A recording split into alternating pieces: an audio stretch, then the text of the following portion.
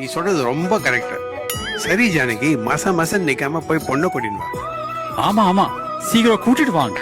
உங்களுக்கு என்ன அவசரம்? அவங்களே கூட்டு வருவாங்க. ஜானகி, ஜானகி, இதோ அழைச்சிட்டு வரேங்க.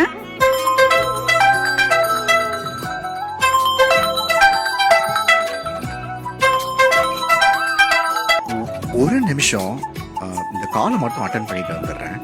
இங்க வந்து என்னடா காலு கையின்னு படுத்துற? No problem. நீ போய் கால் அட்டன் பண்ணிட்டு வாப்பா.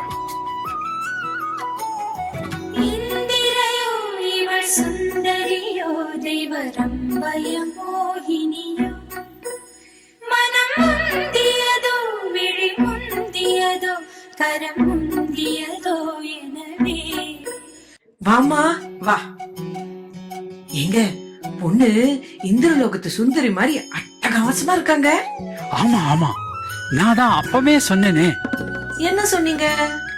பொண்ணோட அம்மா பார்த்து சொன்னேன். ஆமா, நீங்க இந்திரலோகத்து சுந்தரியை பாத்திருக்கீங்களா? ரொம்ப வழியாதீங்க. நானே சொல்லிக்க கூடாது, என் பொண்ணு குடும்ப குத்துவிளக்கு. வழக்கமா கல்யாண பொண்ணு குத்து விளக்கோட வரும், இங்க கல்யாண பொண்ணே குத்து விளக்கா வருது. ஆமா ஆமா, என் பொண்ணு ரொம்ப சாஃப்ட் ஸ்போக்கன். அவங்க அம்மா ஒரு வார்த்தை சொன்னா மறு வார்த்தை பேச மாட்டாங்க. இந்த காலத்துல எதிர்த்து பேசாத பொண்ணா? இல்லையா பின்ன, கோடு போட்டா தாண்ட மாட்டா. என் பொண்ணு சின்ன வயசுல இருந்தே இப்படிதான். எங்க விருப்பம் தான் அவ விருப்பமும்.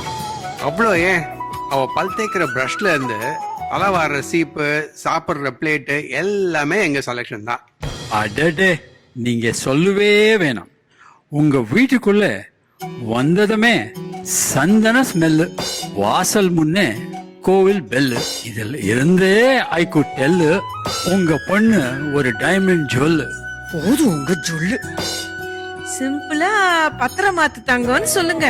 கோவம்னா கிலோ எவ்வளவுன்னு கேப்பா போல இருக்கு. அவ்வளோ சாந்தமா இருக்கா. என்னம்மா? அவரை விடுமா, நீ ஏதாவது பேசு. உன் குரலை